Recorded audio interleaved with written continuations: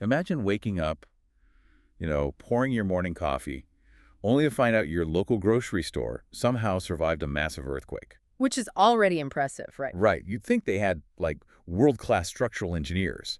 But now imagine that same exact grocery store survived a subterranean volcano. Just a completely apocalyptic event. Exactly. The Oh. entire block next door is literally a smoking crater, but their automatic doors are just sliding open like it's a normal Tuesday. hmm And the kicker, imagine that volcano was accidentally triggered by an underground, highly illegal mining operation run entirely by pickaxe-wielding monkeys. It is so good to be back in the studio. It really is. Welcome back to Deep Dive. You might be wondering where we've been for the past several months, why the studio has been totally dark. Well, the reason for that hiatus is the exact reason we are sitting here today. Yeah, we had to pause our deep dives Mm. because the town surrounding Big D's supermarket experienced an event so bizarre, so structurally catastrophic that it sounds like a rejected script for some sort of 1990s disaster comedy. It really does. And just to ground everyone, for you listening at home, we have an absolutely fascinating stack of sources for today's analysis. Oh, it's treasure trove. It is. We've secured leaked municipal emails from the mayor's office. We have Big D's highly irregular internal inventory manifests. And we have been granted access to some deeply concerning closed-circuit security footage from the store itself. Frankly, baffling footage. Because our mission today is to follow the continuing saga of Big D's. Yeah. This is a place where, we're trying our best. Isn't just some cute motto painted on a break room wall. No, it is a profound, almost religious philosophy of existence. Right. And today, you are going to discover exactly how this independent neighborhood grocery store survived a literal monkey volcano when, like, everything around them was reduced to ash. We'll be analyzing the return of some familiar faces to the staff roster, exploring a series of wacky store upgrades that basically defy architectural logic, and breaking down a massive government cliffhanger. Oh, the cliffhanger is huge. The city has actually set its sights on Big D's. They're threatening to shut down their entire operation, including that infamous butter laundering empire once and for all. Which is terrifying for them. It is. Plus, make sure you stick around because we have an exclusive Inside Scoop interview at the very end of today's deep dive. But before we get to the ash and the rubble, we need to do a really quick rewind. We definitely do. Because if you've been following along with us, you know that keeping track of the staff at Big D's is, well, it's like following a chaotic reality TV show. Exactly. Where everyone is secretly a genius, but in the weirdest, most unhinged way possible. Right, and to understand how they operate post-volcano, we really have to look at the foundation they laid right before the eruption. And the logs show that just prior to the disaster, the store owner, Bernicus Macaronis, Big D himself. Big D, yes, he had executed what the staff refers to as the Great Firing. Oh, I remember this. He had to totally clean house. He did. The internal audit finally caught up with Norma, Normie, and Norman. I love that you can just swap those names out like spare parts. Right. But yeah, they were caught red-handed stealing snacks right off the store floor. Just eating the inventory. And firing them led to this massive scramble for replacements. According to the employee manifests from that week, Bernie brought in Schvitty to handle restocking, John Kwan for the register, and this incredibly underqualified hire named Steph Han for security. Steph Han. Yeah. I mean, a guy who had absolutely zero background in loss prevention, but was, very budget friendly. Highly affordable. And, of course, the absolute legend, Harry the technician. You cannot forget Harry. You really can't. Harry is a mechanical anomaly. The store's refrigeration units were constantly breaking down, a chronic issue for Big D's. Always. The logs indicate Harry was brought in to fix these complex commercial compressors, but the security footage revealed something extraordinary. He doesn't use tools. No wrenches, no screwdrivers, nothing. Nothing at all. From an engineering standpoint, this is baffling. Commercial refrigeration requires freon gauges, specialized wrenches to tighten valves. But Harry approaches appliance repair like it's a mystical healing art. He does. He just touches the machines with his bare hands and they hum back to life. It's basically magic. It's like he can feel the freon flowing through the pipes just by resting his palm on the metal. And then there is his customer service technique. Oh boy, the kissing. The kissing. Whenever he was out on the floor fixing a self-checkout scanner, he would just lean over and kiss the customers on the cheek. Like, your scanner is fixed. Here's a smooch. which in any traditional corporate environment, that is an immediate, catastrophic HR nightmare. An instant lawsuit. Right, an open invitation for a massive lawsuit. But Bernie's response to this behavior in the management logs is fascinating. He entirely endorses it. He genuinely thought people enjoyed it. He views it as this quirky, bespoke customer service perk. And it led to that amazing rivalry with Slurms McKenzie. Ah, Slurms, the laid-back weekend guy who got promoted to technician manager. Yeah, Slurms wanted to prove he was better than Harry. The footage of that incident is pure physical comedy. Slurms tries to sprint to a broken fridge to beat Harry to the repair, cartoonishly slips on a mysterious puddle, face plants onto the linoleum, and just has to watch from the floor as Harry effortlessly resurrects the machine with a gentle caress. It was incredible to watch.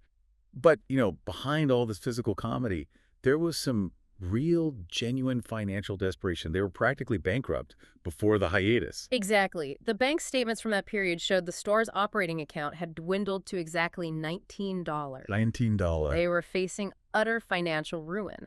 And this is where Chappie stepped in.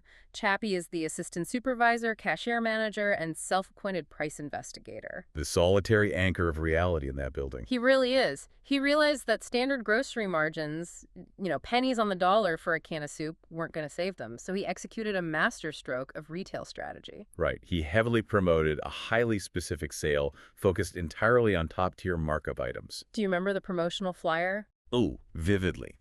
It was for Japanese whiskey, prepaid burner cell phones, and white wine. I mean, just imagine the psychological profile of the customer walking out with a bottle of Yamazaki and an untraceable phone. It sounds like an espionage starter kit. It does. But the economic result was undeniable. The ledger shows they pulled in a record-breaking $25,000 day. Wow. It completely reversed their financial death spiral. Which they desperately needed because their other promotional ideas were terrible. Like, remember the cover your ass sale? The bundle of toilet paper and sunflower oil. Yes. Which for some reason just acted as a bat signal for local shoplifters. The store was absolutely swarmed with thieves. And that brought Chief Squiggs into the spotlight. Squiggs is their deeply paranoid, highly unmotivated security chief. Oh, Squiggs? To combat the wave of theft during that sale, Chappie had installed a new double alarm system exclusively at the checkout lanes. And Squiggs was so proud of it, and we talked about this right before the break. He was gloating that he didn't even have to patrol the aisles anymore. He would just stand near the register, wait for the double alarms to beep, and then physically hit the thieves with his sweeping broom. Like, he literally compared it to an easy baseball pitch.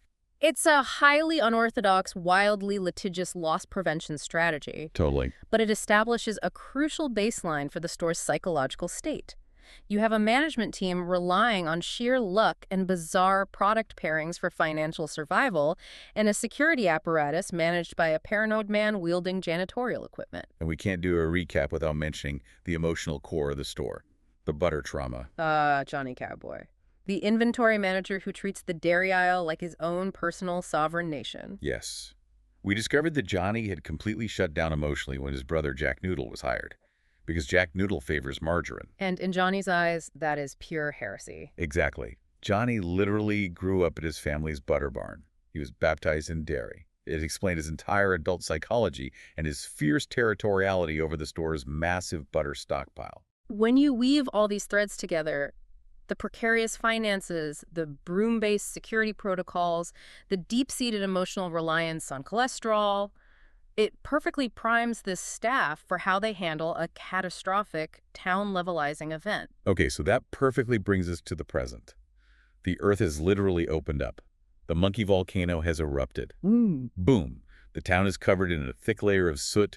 Businesses are reduced to smoldering rubble. But the smoke clears, and there, standing proudly amid the apocalyptic destruction, is Big D's supermarket. The resilience of the physical structure is baffling on its own. It really is. The automatic doors just slide open. We are back for a new week. Bernie calls an all-staff morning meeting amidst the chaos. And I need you to explain this to me, because looking at the employee meeting logs, how exactly does Bernie describe this unprecedented geological disaster to his team? Well, he doesn't refer to it as tectonic activity, if that's what you're thinking. Sure. He explicitly blames the town's destruction on chimpanzee henchmen. Henchmen, not just wild animals. He implies they were, like, organized. Exactly. The use of the word henchmen implies a hierarchy. It suggests these pickaxe-wielding monkeys were taking orders from a higher, unseen primate boss operating an illicit subterranean mining syndicate. It is absolute madness. But the real question on everyone's minds, the staff, the surviving townspeople, and you listening right now is, how on earth did the store survive financially? I mean, the block next door is literally a crater. They had to have suffered massive property damage. This is where we uncovered a truly astonishing piece of documentation in the store's financial records. Bernie reveals to the staff with a totally straight face that they didn't lose a single dime because they were fully covered by a special volcano insurance. Okay, wait, let's stop and unpack this. A neighborhood grocery store in a region that has historically never, ever had a volcano happens to have highly specific subterranean monkey volcano insurance. And here is the mechanism behind it. The logs show he bought this policy from Linguini's uncle. Linguini, the floor worker who is vastly overpaid and has known heavily documented mob ties. Exactly. Let's look at how insurance underwriting actually works. Usually you have all-risk policies or you have named perils policies. Linguini's uncle sold Bernie a named perils policy. Oh. From the mob's perspective, this is a textbook extortion racket, a shakedown. You invent a completely ridiculous, impossible peril, like a subterranean monkey volcano, and you charge the business owner a premium for protection against it. Like, hey, Bernie, sure is a nice supermarket you got here. Be a real shame if a hidden magma chamber ignited by simian miners swallowed it up. Precisely. The mob feels completely safe writing that contract because the probability of paying out is absolute zero. It's just a creative way to launder the extortion money on the books. Right. But then the Black Swan event actually happens. The impossible volcano erupts. Oh my gosh. So they have to pay. And because they wrote a highly specific, legally binding contract to justify taking Bernie's money, the mob is now legally, or at least functionally, if they want to avoid federal scrutiny for wire fraud, on the hook to rebuild the store. The scam accidentally provided perfect, airtight coverage. It is poetry. It is the absolute definition of failing upward through sheer blinding ignorance. I mean, Bernie gets scammed by the mafia, and it ends up being the single greatest financial decision in the history of his company. It's a masterclass in accidental genius. But, the aftermath of the disaster brings a new corporate threat. We see in the municipal logs that a larger value brand supermarket chain swoops into the ruined town immediately after the eruption. Oh, like vultures circling the ash. They recognize the local infrastructure is decimated, and they try to buy Big D's out. It's a standard corporate consolidation tactic during an economic crisis. Buy the surviving independent store, flatten it, and build a massive monopolistic megastore. And you'd think an independent owner might want to cash out. Take the mob insurance money, take the corporate buyout, and just retire to a beach. But Bernie refuses. He adamantly refuses to sell. The meeting notes capture a surprisingly poignant moment here. Yeah, they really do. Bernie looks around at his staff, this total ragtag group of misfits.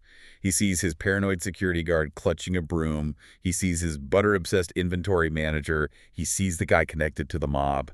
And he tells the corporate suits, no, we are not letting a big supermarket buy us out. This is our town. It grounds the absurdity of this entire deep dive in something deeply genuine. For all of Bernie's utter lack of traditional business acumen, he understands the sociological importance of his store. Yeah. Big D's isn't just a place to buy canned beans. It's a community anchor.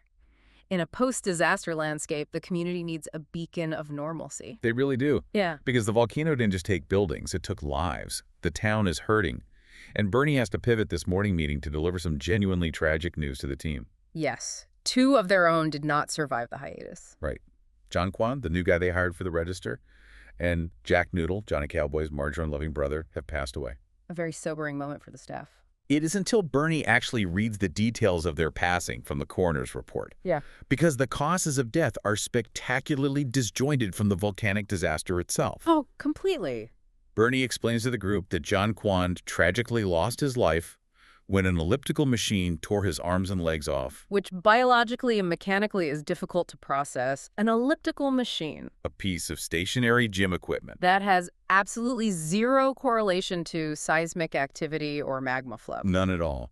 And then, without missing a single beat, He announces that Jack Little was stabbed exactly 100 times in an alleyway. Also an event entirely unrelated to an underground eruption. Completely unrelated. The Huh. staff is just standing there in the produce aisle, utterly baffled. I mean, think about the implications. Were the chimpanzee henchmen using gym equipment as medieval torture devices? Was the volcano just a convenient smokescreen for a massive, highly coordinated wave of alleyway knife crime? It highlights the sheer, unrelenting chaos of this town's environment. A massive geological disaster levels the infrastructure, but these two employees die in completely isolated, Looney Tunes-esque accidents on the exact same day. It's a statistical impossibility. It's so absurd you can't even process the grief properly, except, of course, for Johnny Cowboy. Because Johnny is hearing about his brother's death for the very first time right there in the morning huddle. Despite their intense, deeply rooted rivalry over dairy spreads, they were blood. And Johnny is devastated. He drops to his knees. The staff try to do the compassionate thing, sets up this makeshift memorial out back. They find pictures of John Quan and Jack Noodle. They light some candles. It's a somber moment. But the grief is heavy, and Johnny is just inconsolable. He is weeping uncontrollably. From an operational standpoint, this is a crisis. Johnny is the engine of the back room. If Johnny is emotionally compromised, the inventory stops moving. The store's supply chain basically freezes. Right. So Chappie, who is always the one holding the emotional and operational duct tape of this entire store together, realizes he has to intervene. He needs to cure Johnny's grief immediately. And his method for psychological intervention is fascinating. He doesn't offer bereavement leave. He doesn't bring in a trauma counselor. No.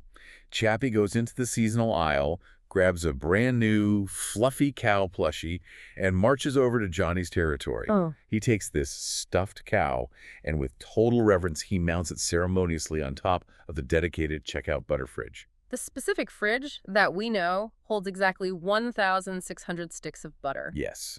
He crowns the butter mountain with a mascot. And Johnny looks up, sees the plushie guarding his hoard, and he is instantly, miraculously cured of his grief. He wipes his tears, smiles, and proves happily. Think about the psychology of this. In trauma therapy, we often talk about transitional objects, like a child's security blanket. For Johnny, his entire locus of control, his grounding mechanism in a chaotic universe, is dairy. By placing the cow atop the butter, Chappie creates a totem of stability. Traditional therapy would take months. A stuffed bovine perched atop a massive hoard of cholesterol. Instantaneous emotional healing. It is such a uniquely Big D's resolution to human suffering. It's beautiful in a very weird way. But practically speaking, they are now down 2 staff members. The store is about to open to a desperate town. Bernie has to fill the gaps immediately. According to the payroll logs, he rehires Normie and Norma. The exact same people he fired just a few weeks ago for stealing snacks right off the floor. The labor pool in this town post-eruption must be virtually non-existent. It has to be. He's just recycling the same incompetent personnel. But here's where it gets really complicated for the store's infrastructure. Because Normie and Norma were fired before the hiatus, they completely missed the installation of the new double-alarm security system. So they have no idea how the new loss prevention protocol works. Exactly. So Chief Squiggs, the guy who genuinely believes that hitting shoplifters with a broom is a legitimate martial art, is now officially tasked with conducting on-the-job security training for them. You can only imagine the pedagogical approach of that curriculum. Like, all right, class, step 1, harbor deep suspicion of everyone. Step 2, here is your standard issue janitorial sweeping broom. Step 3, assume a solid baseball batter's stance at the checkout lane. It's the blind leading the profoundly uncoordinated. And to cap off this wild, emotionally exhausting morning meeting, Bernie decides he needs to boost morale. He introduces a brand new corporate initiative, an Employee of the Week award program. Which is a standard managerial tool for motivation. Right. They get a nice framed photo, they hang it up proudly on the wall out back, and Bernie announces the very first winner. Let me analyze the probabilities here. It's certainly not Chappie, who single-handedly saved their finances and managed the staff's psychological trauma. Of course not. The first ever Employee of the Week is Linguini. Linguini. Yes. Bernie gives him the award specifically to honor his uncle's highly suspicious, mob-connected volcano insurance that saved the shop. This creates a fascinating incentive structure for the rest of the staff. It reinforces to everyone that at Big D's, hard work, competence, and emotional intelligence are completely irrelevant metrics. Yeah, totally useless. The highest possible praise is reserved exclusively for having corrupt family members who accidentally run a successful extortion racket. It's unbelievable. So the meeting adjourns, and the store officially opens its doors to the post-apocalyptic town.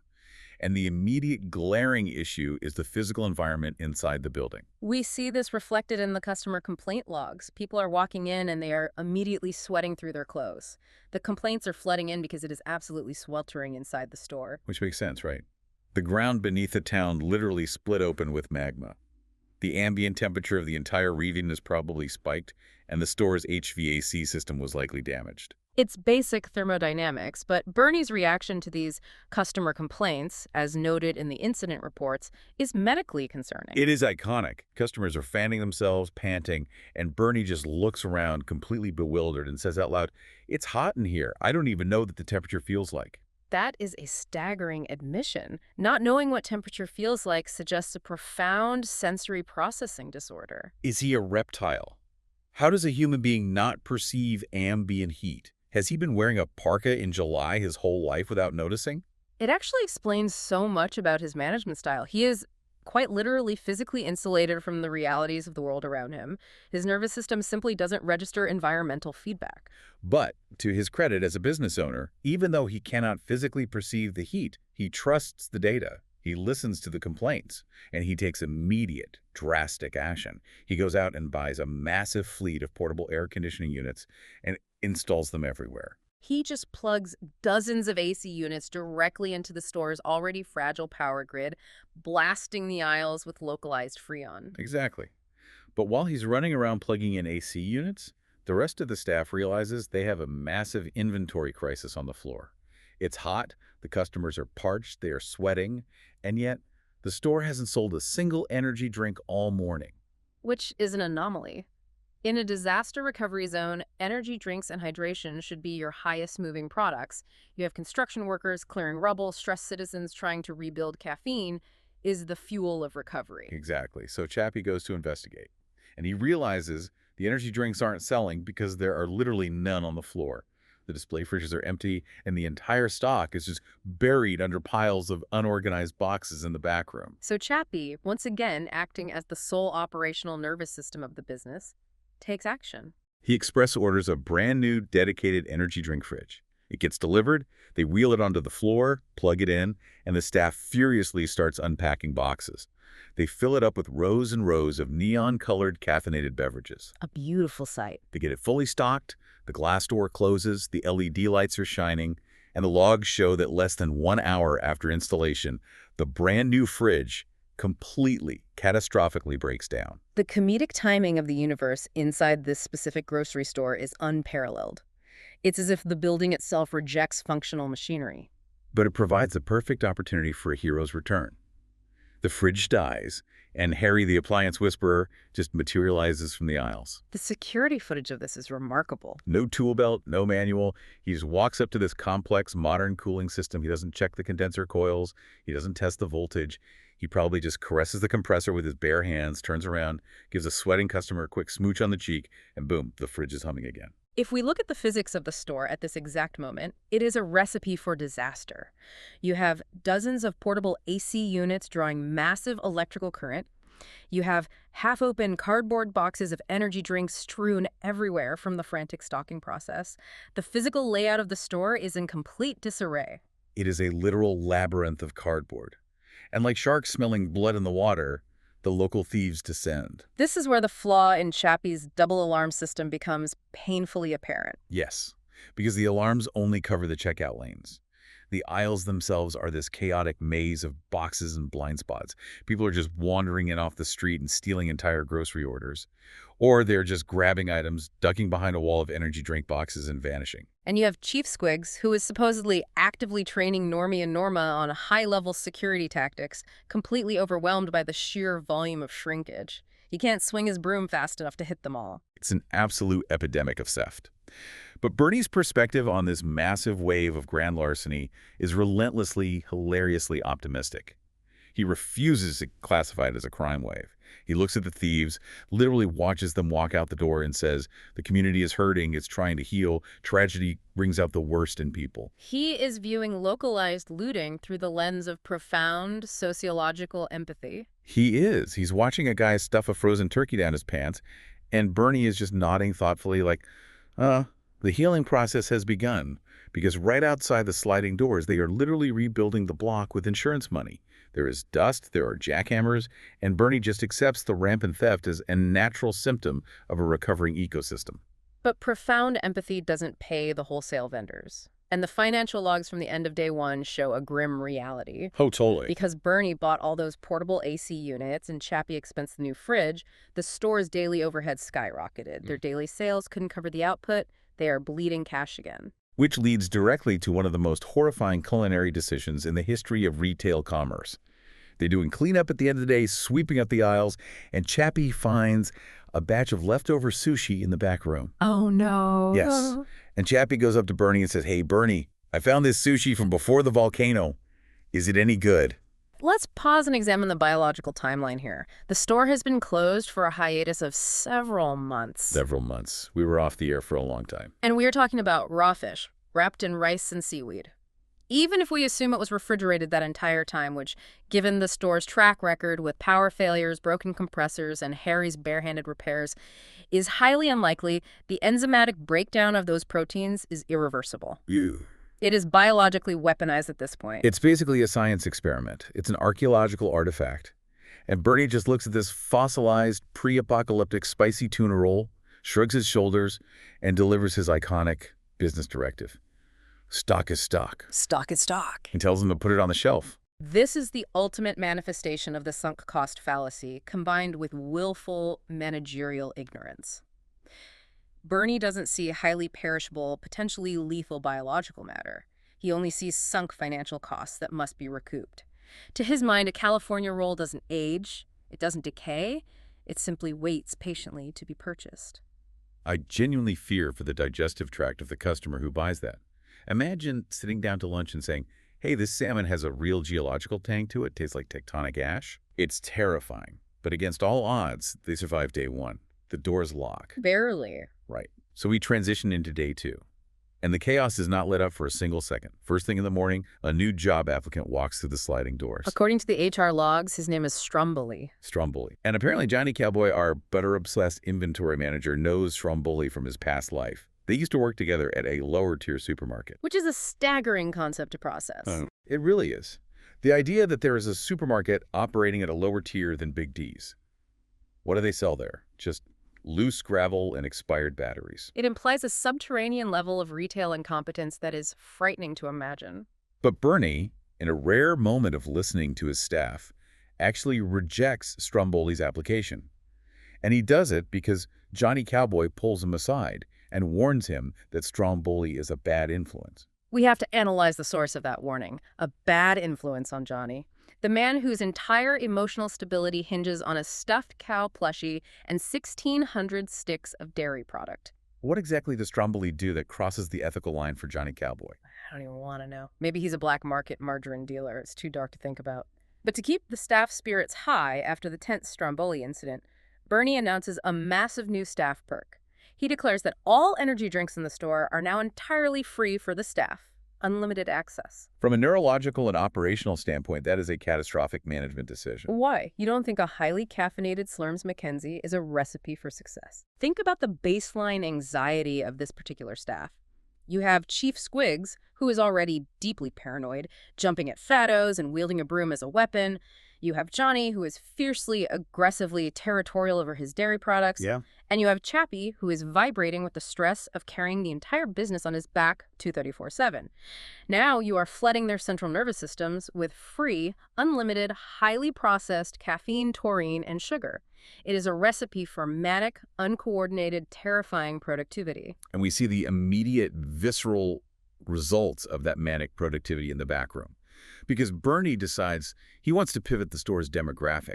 He wants to target the baking community. The procurement logs show he invests heavily in new confectionery supplies, specifically massive wholesale quantities of frosting tubes. He claims to the staff that there is a massive market for it post-eruption. Based on what data? Based on the exact same internal intuitive data that told him Japanese whiskey and prepaid burner phones were a natural pairing. Exactly. But because of this massive influx of frosting tubes, combined with the regular daily restocks and the manic energy of a hyper-caffeinated staff, the backroom turns into what the employees officially dubbed The box That apocalypse. box I apocalypse. need you to describe this visual for me based on the security footage because it sounds like a literal OSHA nightmare. Oh, it is entirely non-compliant with every safety regulation on the books. Think of it like a computer's hard drive trying to function with 0% free space. Yeah, okay. The system doesn't just slow down, it starts writing data over vital operating files just to survive. That's what Big D's is doing. Wow. In the back room, the concept of shelving has been entirely abandoned. There is zero floor space, none. It is a solid, contiguous carpet of cardboard boxes covering every square inch of the ground. The vertical storage racks are completely empty, ignored entirely, while the floor is stacked waist-high with half-empty boxes, scattered inventory, and terrified employees trying to navigate it like a ball pin made of corrugated cardboard. It's a physical manifestation of their chaotic minds. You can't even walk. You just have to kind of surf across shifting boxes of vanilla frosting and toilet paper to get to the time clock. And amidst this terrifying box apocalypse, Bernie launches his new promotional strategy to move the inventory. He proudly calls it the Come Spread 'em sale. A deeply unfortunate, wildly inappropriate naming choice for a grocery promotion. It really is. It sounds illegal. But the concept of the sale is simple. All spreadable items in the store are heavily discounted. Frosting tubes, chocolate hazelnut spread, and of course butter. Which immediately triggers an existential crisis for Johnny Cowboy. Oh, absolute unadulterated panic. Johnny looks at the promotional signage that Chappie is hanging up, and somehow, through his caffeine haze, he misreads the numbers. He thinks his precious butter is being discounted at 45% off. He starts freaking out, hyperventilating, thinking the store is practically giving away his liquid gold to the masses. A 45% discount on butter would fundamentally devalue his entire worldview. It would mean dairy is cheap, and to Johnny, dairy is sacred. He's sweating. He's probably sprinting to the back to clutch the cow plushie for dear life. But Chappie, the voice of reason, steps in and averts the crisis. He grabs Johnny and clarifies, "No, Johnny, calm down. Look at the sign. The frosting tubes are 45% off. The butter is only 20% off." And Johnny breathes this massive sigh of relief. But Chappie's intervention to calm Johnny raises a much more critical logistical point.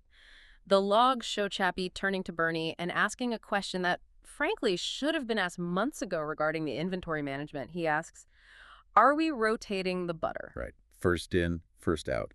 FIFO, the absolute golden rule of grocery logistics. Exactly. They have a dedicated, custom-built fridge stuffed to the brim with 1,600 sticks of butter. And the way the display is set up, customers only ever take from the front row. So Chappie realizes what is happening to the butter in the very back row. Has it been sitting against the cooling element since the fridge was installed? Is there ancient pre-volcano butter just fossilizing against the back wall? Is it slowly churning itself into cheese?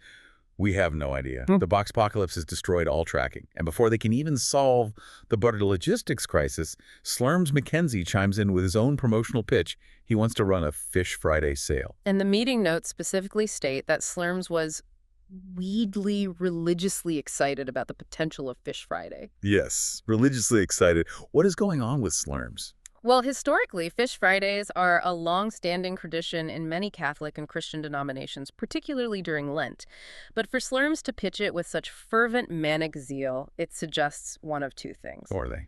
Either the trauma of the volcano has triggered a sudden, deep spiritual awakening within him, or, much more likely, he remembers the pre-volcano sushi sitting on the shelf and desperately wants to move that product before it achieves full biological sentience. It is definitely the sentient sushi. He knows it's a ticking time bomb of food poisoning, and he's trying to offload it under the guise of religious observance.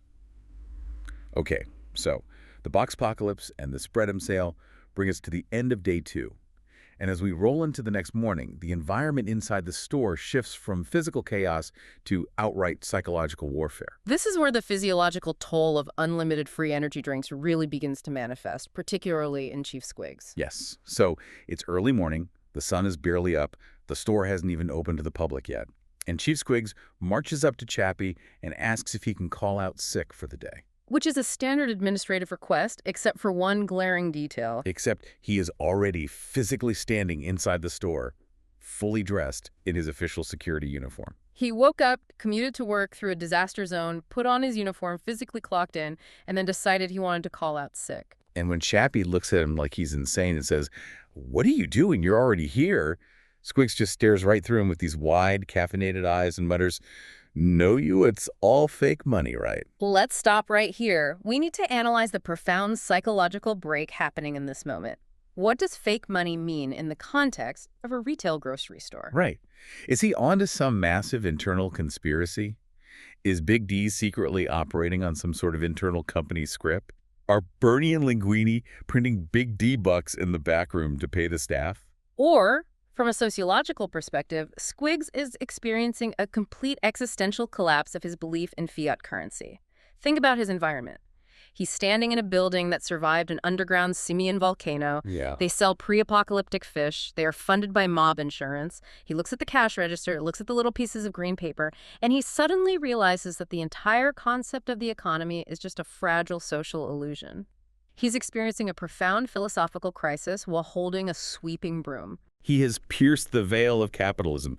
He's looking at Chappie like, the Federal Reserve is a construct, Chappie. I can't chase shoplifters through the box apocalypse for imaginary paper. But Chappie, ever the pragmatic manager, denies the sick leave and forces him to stay on shift anyway. Of course he does. There is no rest for the existentially awakened. So Squiggs is trudging around the aisles, deeply contemplating the illusion of global economics, when suddenly the store's overhead PA system clicks on.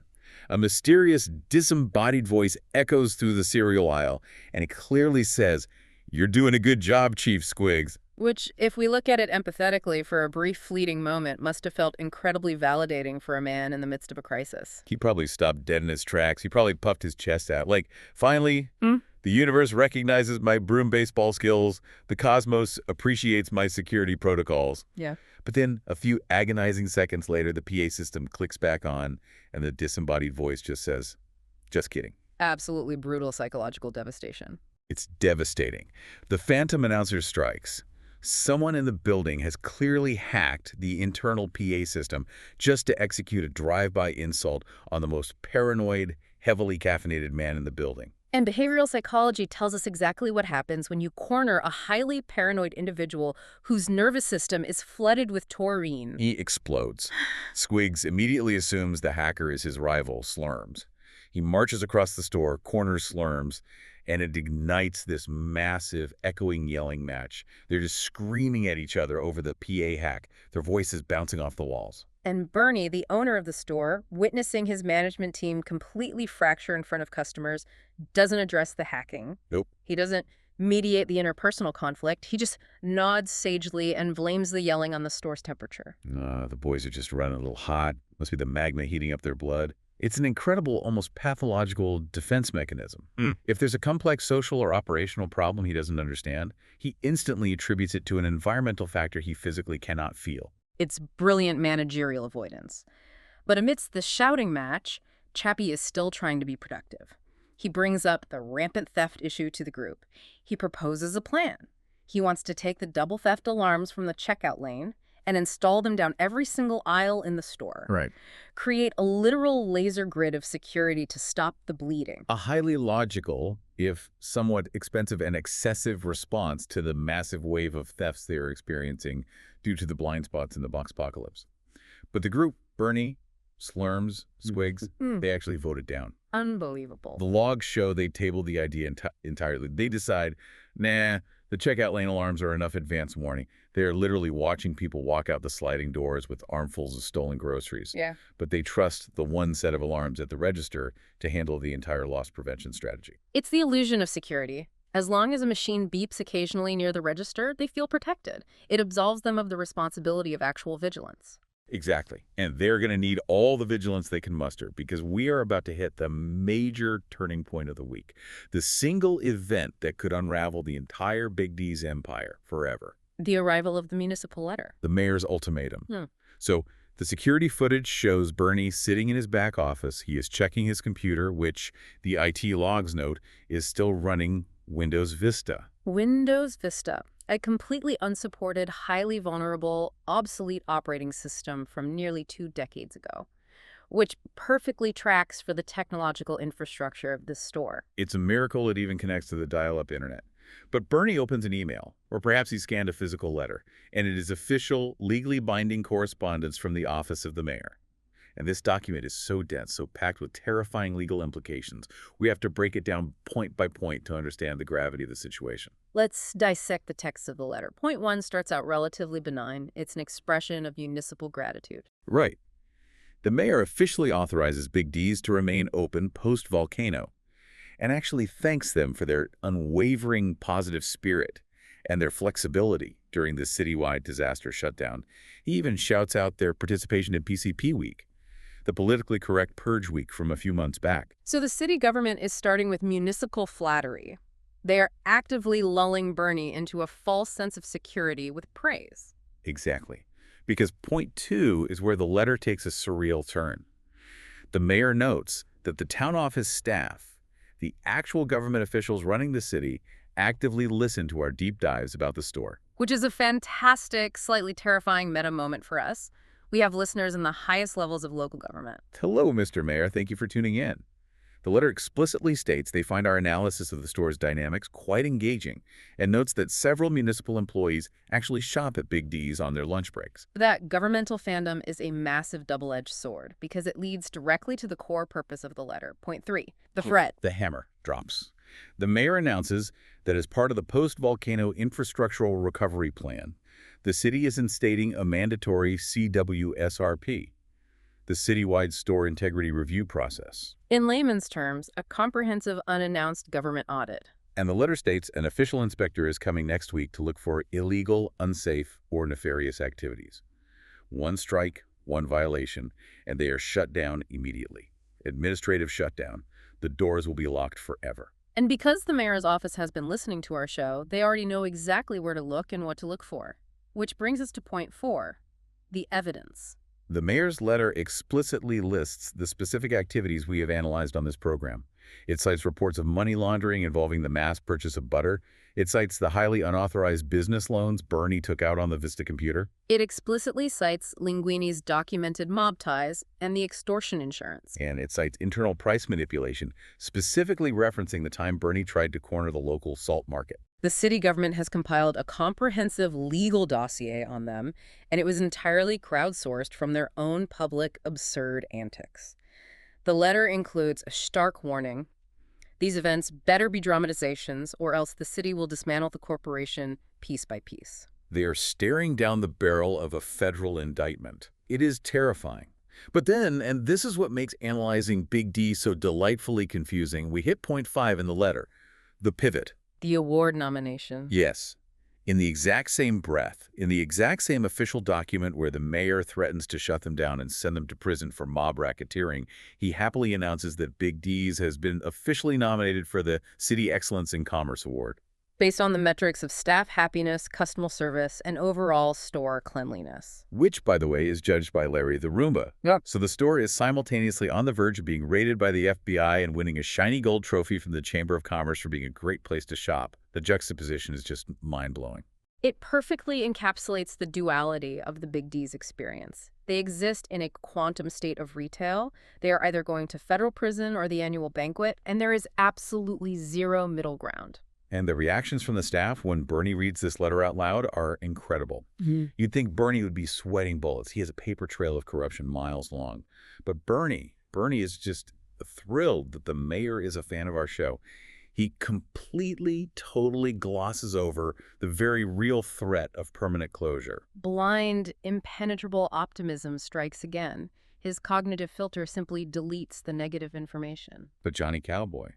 Johnny is furious. He is practically foaming at the mouth. He calls the entire letter heresy because he remembers a few weeks ago he bled his heart out on the record. He admitted his deeply personal addiction to butter and his childhood trauma from the butter barn, and now he feels betrayed by the system. Mm-hmm. He literally yells at the staff, "They better not be coming for my butter." Notice his priorities. Johnny doesn't care about the mob ties. He doesn't care about the unauthorized loans or the broken equipment. His singular overriding concern is that a municipal inspector might try to confiscate his 1,600 sticks of dairy gold. He views the entire government audit as a targeted, direct assault on his butter supply. It's his Alamo. He is ready to defend that checkout fridge with his life. So the threat of the inspector is looming large. They have exactly 1 week to clean up their act, hide the evidence, and prepare for the audit. And how do they spend that crucial weekend? Do they hire a corporate lawyer? Do they cook the books? Do they clean the box apocalypse? No, they lean entirely into the weirdness. Which brings us to the events of the weekend shift. Despite the very real, legally documented threat of being shut down, Slurms decides this is the perfect time to execute a vibe check. He is the self-appointed manager of the staff happiness program, after all. He goes around the store, checks on everyone's emotional state, and surprisingly, reports back that everyone is doing great. Spirits are incredibly high. Ignorance truly is bliss. The impending prospect of federal prison hasn't dampened their enthusiasm one bit. Not at all. In fact, Bernie is getting creative with his sales strategies again. He initially sets up what he calls the tube sale, which consists of bundling icing tubes, raw pre-volcano sushi, and vanilla extract. A truly nauseating, gastronomically offensive combination of items. But then he has a stroke of absolute genius. Bernie suddenly remembers that during the hiatus, he somehow managed to secure a pharmaceutical license for the store. He looks at the medicine aisle, looks at the liquor aisle, and says to the staff, "You know what goes really well with pharmaceuticals? Alcohol." Oh, absolutely not. From a public health and pharmacological perspective, that is dangerously, criminally irresponsible. He rebrands the promotion immediately. The Heal and Feel the Booze sale is born. Come get your over-the-counter cough syrup and a massive keg of beer in one convenient transaction. It is a disaster waiting to happen. Mixing depressants with medication, but from a purely cynical marketing perspective. In a stressed, post-disaster town, it's probably going to drive massive, unprecedented foot traffic. It absolutely does. The store is bustling. But while the aisles are packed with people buying beer and bandages, Chief Squiggs is privately spiraling into madness because the PA system clicks on again. And once again, the phantom hacker voice echoes out, "You're doing a good job, Chief Squiggs." And Squiggs immediately braces for the insult. His muscles tense up. He's waiting for the inevitable. Just kidding. He's gritting his teeth, gripping his broom, waiting for the punchline.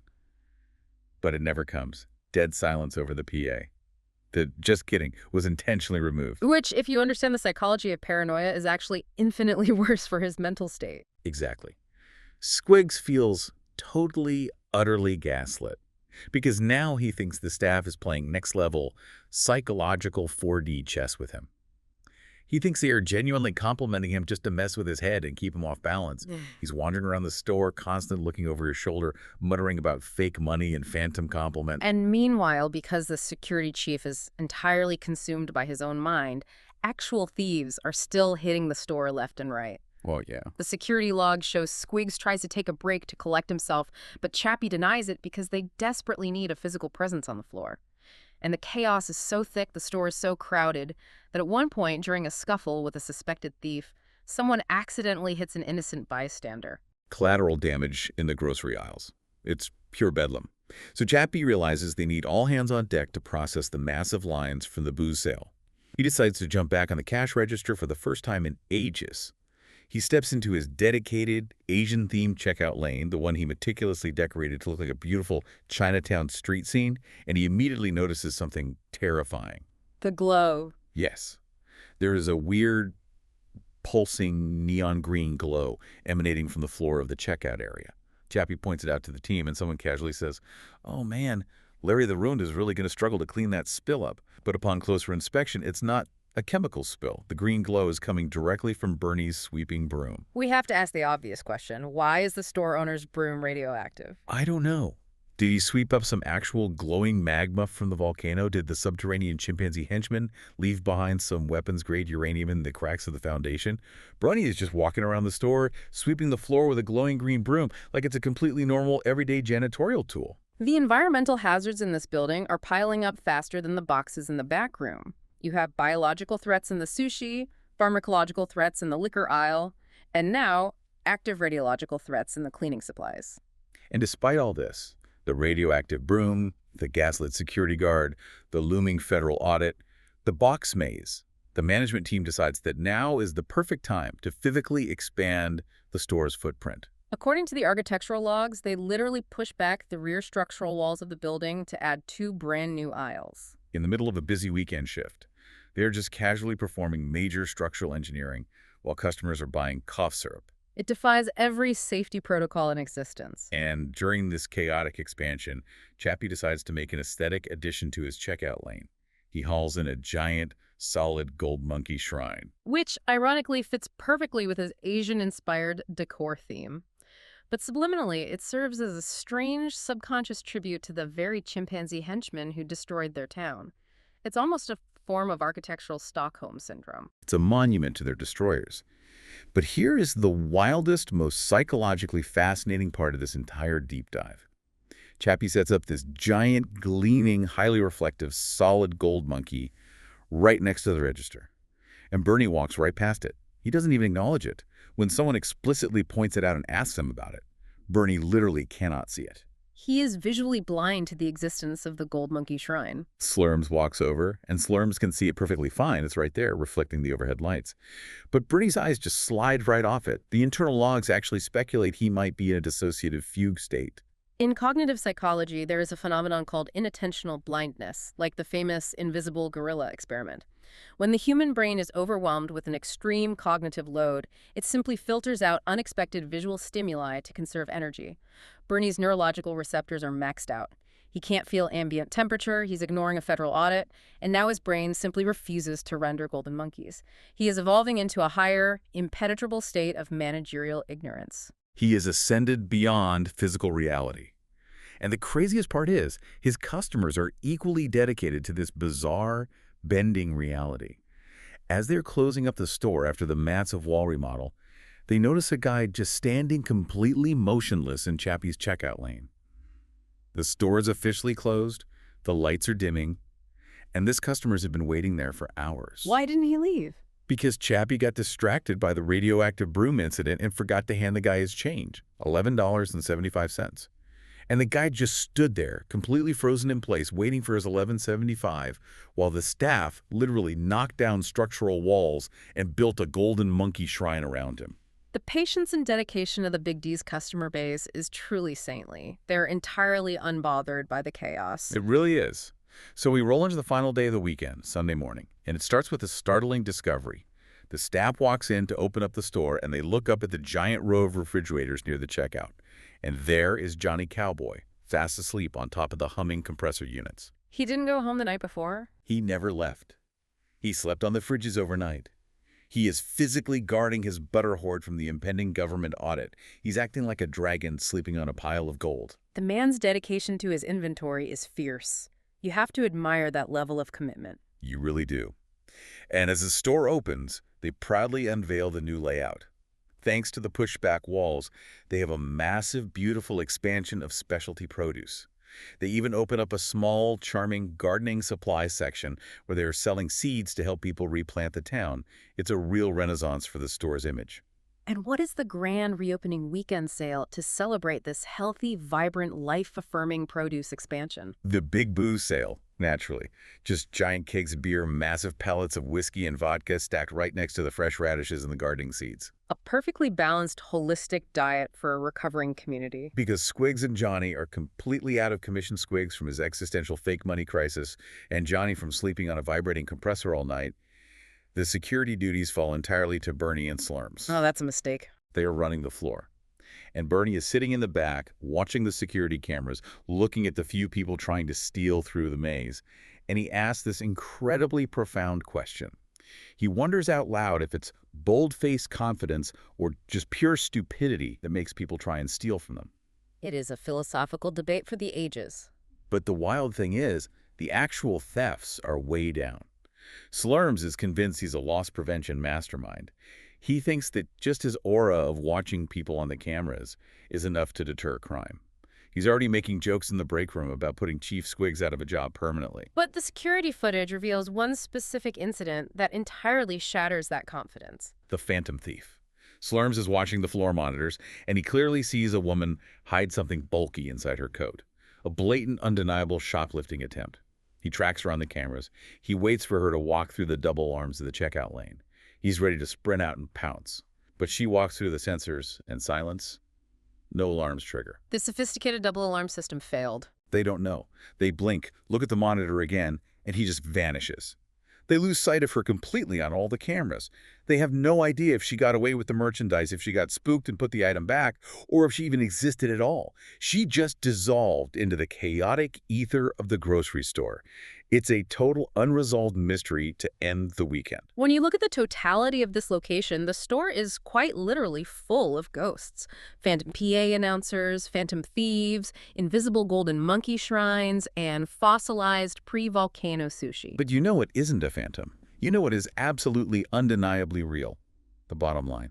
Because despite the massive cost of the portable AC units, the instantly broken energy drink fridge, the mid-shift wall expansion, and the solid gold monkey, they crunch the numbers at the end of the weekend, and Big D's is cash positive. It defies every known law of business administration, economics, and physics, but they made a tangible profit. They survived the subterranean monkey volcano, they navigated the box apocalypse, and they came out in the black.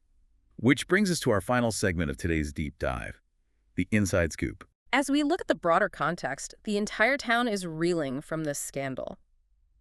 The mayor's office is currently under intense, heated debate about how municipal oversight could have possibly allowed an illegal subterranean monkey mining operation to exist right under their feet without anyone noticing. The citizens are demanding answers. The initiative to ruthlessly investigate local businesses is the talk of the town. Everyone knows the government inspectors are fanning out right now. And everyone knows that Big D's is right at the very top of that audit list, entirely thanks to all their dirty laundry being aired right here on our show. It puts the store in a wildly precarious, legally dangerous situation. The city government knows about the butter laundering. They know about Linguini's mob-tied insurance fraud. Will they find the physical evidence when they investigate next week? Will Big D's be shuttered and boarded up forever? To find out exactly where their heads are at regarding the audit, our team went straight to the source. We pulled Bernicus Macaronis aside after closing, and we asked him directly. Bernie, what do you think of the city integrity review scheduled for your store next week? And his response is a masterclass in classic Big D delusion. It truly is. He looked right at our microphone, puffed out his chest with absolute pride, and delivered this iconic, unwavering statement. I said it to Johnny, and I'll say it to our show. Big D's has nothing to hide. Nothing to hide, except, of course, a highly radioactive sweeping broom, toxic pre-volcano sushi, a mountain of illicitly procured butter, and an OSHA-violating box apocalypse that blocks all the fire exits. The blind confidence is just staggering. So what does this all mean for us as we wrap up this massive, exhaustive return to Big D's? What are our final takeaways from these sources? I think the most profound takeaway is the concept of institutional inertia. The idea that the more things radically change, the more they stay exactly the same. You can literally split the earth open with magma, you can decimate the local infrastructure, but at the end of the day, Johnny Cowboy is still going to be aggressively hoarding his butter on top of a fridge. Thieves are still going to try and walk out with frozen turkey stuffed down their pants. And Bernicus is still going to lead this chaotic, sinking ship with absolute impenetrable optimism. Even in the most turbulent, apocalyptic times, Big D's finds a way to not just survive, but to somehow inexplicably thrive. They are a deeply weird, highly dysfunctional corporate family, but in their own bizarre way, they genuinely try to help the community heal. They really do. They are the ultimate cockroach of the retail world, surviving the nuclear blast. But they're wearing a little tiny apron and cheerfully offering you a free, highly caffeinated energy drink while they do it. It's a beautiful kind of resilience. But the horizon is incredibly dark. We have to look forward to the events of next week. The mayor's audit initiative is not going away. The government inspector is arriving. And that leaves us with a massive, looming question to leave you with today. We started this deep dive talking about a grocery store surviving an underground monkey volcano, a place built entirely on the philosophy of trying our best and failing upward. But next week, those two worlds are going to violently collide. Think about this. What happens when a business that operates on pure, unadulterated chaos is subjected to the rigid, unforgiving, unbending rules of a government municipal audit? Will their undeniable quirky charm and their positive civic spirit somehow win them the Excellence in Commerce Award? Or will the mountain of butter laundering evidence and the mob ties finally, permanently bring down the empire? Will the government inspector slip on a discounted frosting tube and get lost forever in the box apocalypse? Will Harry try to kiss the federal auditor? We don't know. But the collision course is set. The monkey volcano couldn't destroy them, but cold, hard bureaucracy just might. Keep that in mind next time you're standing in the checkout lane of your own local grocery store, wondering just how much chaos is hiding in the back room. Until next time, keep trying your best.